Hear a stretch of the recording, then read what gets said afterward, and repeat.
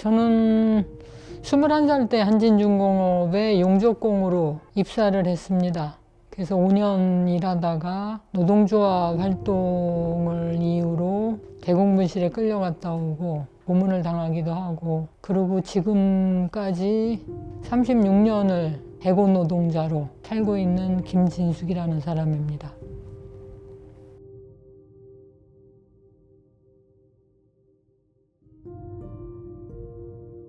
제가 처음에 한진중공업이라는 조선소에 들어갔을 때 부산에서 제일 큰 기업이었거든요. 그리고 용접이 뭔지는 모르겠지만 하여튼 멋있을 것 같고 큰 배를 만드는 공장이라는 거에 대한 설레임들이 컸어요. 근데 막상 정규직만 해도 그때 당시 5천 명이었고 하청 노동자들까지 하면 10,000명이 넘는 공장에 화장실이 없었습니다.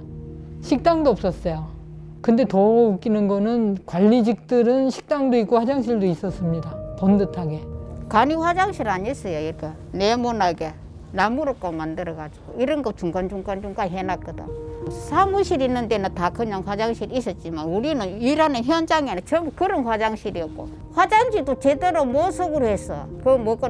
노란 화장지지요. 옛날에 막 먼지가 펄펄펄 나는 거 그런 거 쓰고 그랬는데 그것도 많이 못 써갖고 막 그래 하고 형편이 없었지 그 당시에는. 그러니까 노동 자체가 굉장히 힘듭니다, 조선소는. 그러니까 그냥 가만히 앉아서 용접을 이렇게 하는 게 아니라 그 높은 배우에를 사다리를 아주 불안한, 어떤 사람들이 이제 사다리를 안고 넘어져가지고 같이 깔려 죽기도 하고 뭐 이런 사고들도 있었는데요. 땡간에를 이렇게 겨 들어갔다 겨 나와야 되고, 조선소에는 살찐 사람이 거의 없어요. 현장에 일하는 사람들은 살을 찔 수가 없습니다. 그러니까 좁은 공간에 높은 데를 너무 중노동을, 그것도 긴 시간을 일을 해야 되고, 그러니까 이제 근골격계 질환이나 진폐 환자들이 오히려 탄광보다도 많았던 데가 조선소였습니다. 그만큼 작업 환경들이 안 좋았죠. 그러니까 그때는 친구도 없지요. 그러니까 다 남자들이고, 그리고 일은 너무 힘들고 일요일 날도 늘 특근해야 되고. 처음으로 쉬었던 게 입사하고 3개월 만에 변압기가 터져가지고 정전이 된 거예요. 예고 없이 이제 출근하니까 집에 가라 그러더라고. 그래서 이제 웬 떡이냐 이러고 이제 집에 와서 하루 종일 아팠잖아, 그날. 그래서 웃을 일이 없었어요, 그때는. 그 일도 너무 힘들고 다치기도 많이 다치고. 그러니까 나는 이 공장에서 언제까지 이렇게 살아야 되나, 이런. 제가 다른 공장들을 안 다녀봤으면 거기를 못 다녔을 거예요. 근데 저처럼 이제 배운 거 없고 가방끈 짧고 뭐 백도 없고 이런 사람들은 가봐야 또 이제 다른 공장일 뿐이에요.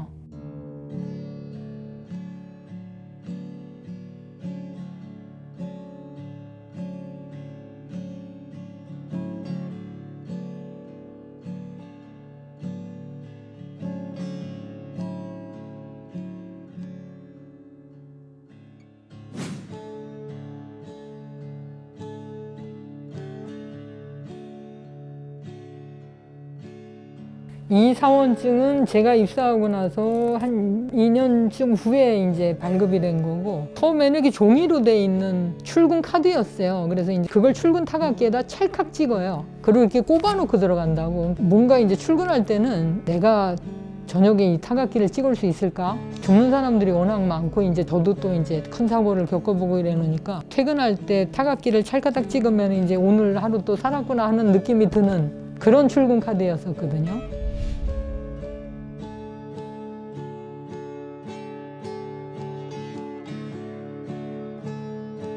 진짜 이거 옛날 책이야, 그래.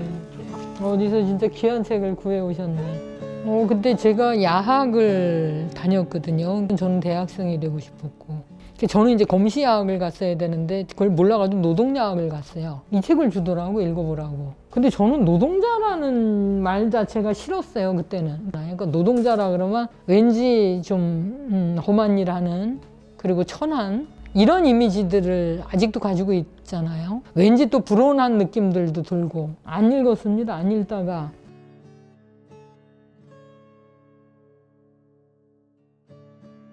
뭐라 그래야 될까요? 그 느낌을. 그러니까 이제 그냥 제 삶을 적어놓은 이력서 같은. 근데 이분은 그 현실들을 바꾸기 위해서 그 어린 여공들의 삶을 바꿔내기 위해서 굉장히 노력을 하시잖아요. 자기 삶도 거기서 다르지 않으니까. 일당만 조금 높았다 뿐이지 재단사니까. 막 그렇게 그 삶들을 바꾸기 위해서 노력을 하다가 결국 이제 분신까지 하게 되는.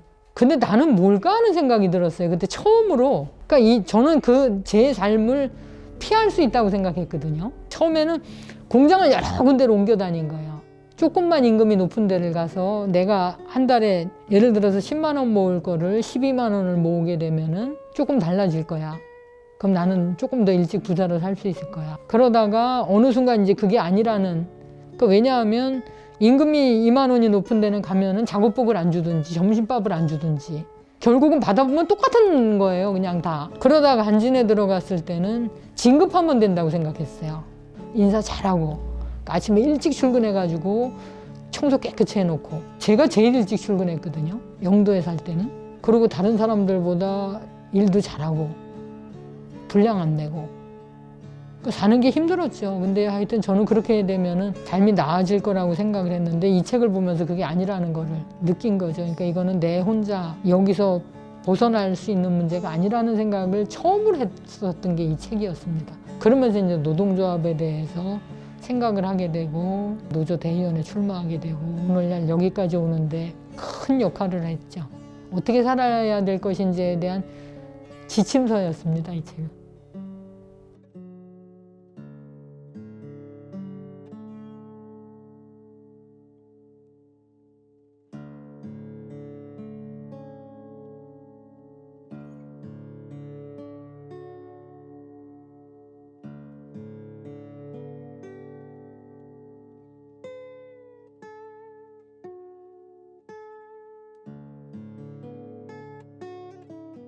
뭐 연세가 있는 분도 있을 거고 우리 남성분도 많으니까 이제 왜 굳이 선생님이셨어요? 그러게요. 그러니까 처음에 제가 대의원에 출마하라 그랬던 아저씨들의 얘기도 니는 처자식이 없으니까 니가 한번 해봐라 이거였거든요. 아저씨들도 알았던 거예요. 노동조합이라는 게 제대로 하면은 어떤 길을 가야 될지를 아저씨들이 아니까 처자식도 없는 니가 한번 해봐라 이제 이렇게 얘기를 했던 거죠. 그리고 그때는 다른 사람들한테 미룰 수 있는 일은 아니었던 것 같아요. 그 일은. 길이 어디로 가야 될지도 보이고. 근데 그걸 피할 수는 없었습니다. 그때는. 너무 저를 비롯한 우리들에게 그 일은 너무 절박한 문제였고 무엇보다도 사람이 너무 많이 죽어나갔거든요. 따라가가지고 그 초상 치고 오고 뭐 지숙이도 그 갔다 오면서 차에서 막 화물 찌르고 외고 막 그랬다.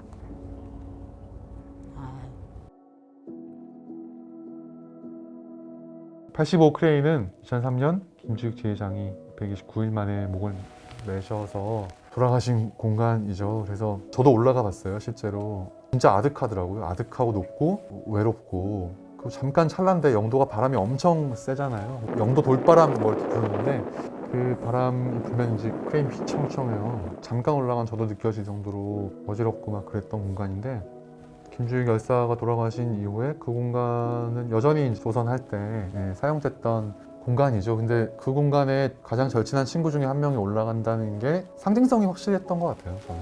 그래서 저기에 올라가야만 다시 사람들이 처절한 사연을 좀 귀 기울여 줄 거라 생각하셨던 것 같아요.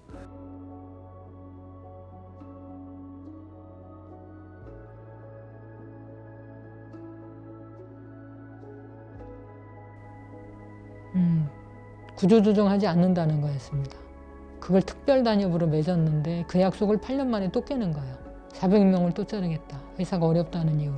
근데 어렵다는 회사가 조남무 회장은 174억의 주식 배당금을 챙겨가고 정리해고 발표한 다음 날 임원들은 자기네들끼리 임금 인상을 하고. 그러니까 이건 어려운 회사가 아니었습니다. 그러니까 뭔가 회사가 어렵다 그러면은 같이 공감이 되는 이런 게 있어야 되는데 그냥 우리만 현장 노동자들에게만 일방적으로 희생을 강요하는. 그래서 이거는 받아들일 수 없다 이래가 이제 뭐 단식을 했죠. 그래 단식을 한 24일을 그때 했는데 그러고 나니까 이제 정리해고를 처리하겠다 이랬습니다. 그 단식 풀고. 그 단식 풀고 나니까 정리해고를 다시 발표한 거예요. 그 뭐 어떻게 하겠습니까 그러면은. 이건 누군가가 또 이제 목숨을 걸어야 되는 일이구나 이제 이런 생각을 했죠. 그래서 1월 6일 날 85 크레인을 다시 제가 올라가게 됐습니다.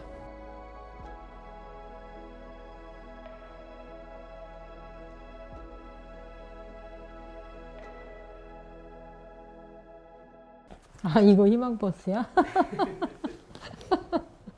그러니까 저는 희망버스가 오기 전에는 회사하고도 싸워야 되고 경찰하고도 싸워야 되고, 그러니까 심지어는 회사 같은 경우는 앞에 크레인의 높이하고 똑같은 집을 뭐 전세를 얻었는지 어쨌는지 모르겠지만 거기다가 이따만한 CCTV를 갖다가 설치를 해놓은 거예요. 그래가 이제 크레인에서 일거수일투족을 다 감시를 하고 있더라고. 그러니까 심리적으로 굉장히 힘들었어요. 그 어용노조가 조합원들이 크레인에 오지도 못하게 하고 끄집어 내린다고 막 오한마로 그 출입문을 이제 막 두드려 부시고 행패 부리고, 막 조합원들한테는 김진숙이가 뭐 자기 정치적 야심 때문에 크레인에 올라갔다, 자기 복직하려고 올라갔다, 이런 얘기를 계속 공개적으로 이제 노조에서 하고, 그때는 그것 때문에 굉장히 힘들었었어요. 그러다가 그게 이제 분위기가 확 바뀌었던 게 희망버스였었죠. 그러니까 우리끼리의 어떤 고립된, 이렇게 서서히 지쳐가고 말라가던 때 정말 새로운 희망이었죠, 그때.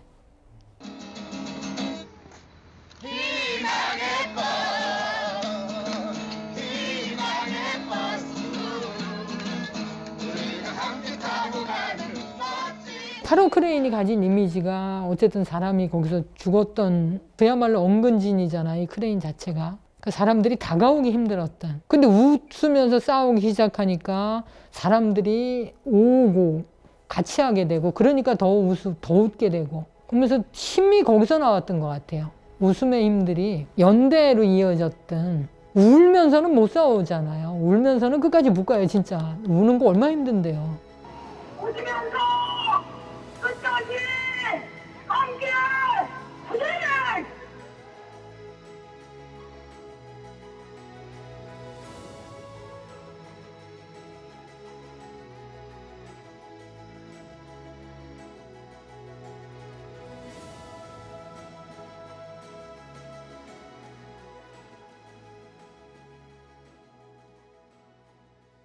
바람을 309일 만에 보내. 지도연님 수고하셨습니다.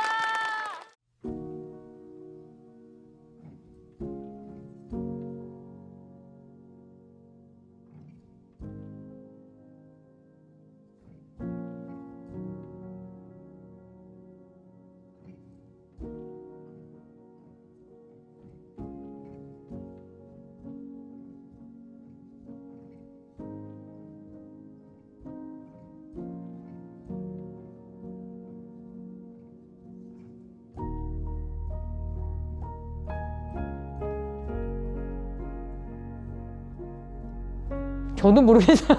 그러니까 오셨던 분들이 주로 해고자들이 많았어요. 대우버스, 그 다음에 한국게이츠, 아시아나 KO, 코레일 네트워크, 현대차 비정규직, LG 트윈타워 같은 그 해고된 노동자들이 그냥 이심전심이었던 것 같아요. 나라도 좀 힘이 됐으면 좋겠다라는 마음으로 오셨고, 특히 비정규직 노동자들이 많이 오셨고, 너무 안타까운 게 그게 겨울이었는데도 불구하고 그분들 중에 해결된 사업장이 하나도 없습니다. 아직도 해가 바뀌도록. 다 고마운데 그중에 특히 감동적이었던 게 동일방직 해고되신 분들이 성명서를 내주시고, 여성 노동자들이 성명서를 내주시고, 이거는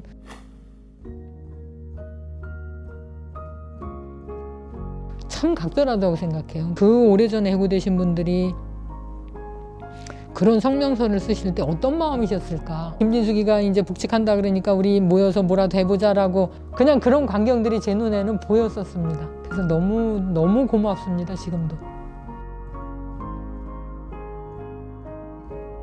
저는 특히 청년들은 저를 몰랐으면 좋겠습니다. 저 같은 사람은 모를수록 좋아요. 그러니까 우리 사회가 어떤 사회였는지, 얼마나 왜곡된 사회였는지, 얼마나 노동자를 탄압하는 사회였는지가 저는 저한테 다 있다고 생각을 하거든요. 그리고 정년이 지나도록 복직을 못한, 마치 노동자 탄압의 상징처럼 되어 있는 김진숙. 그건 청년들이 몰랐으면 좋겠습니다. 그냥 이런 사람의 존재를 몰라야 그게 저는 행복한 사회라고 생각을 해요. 네.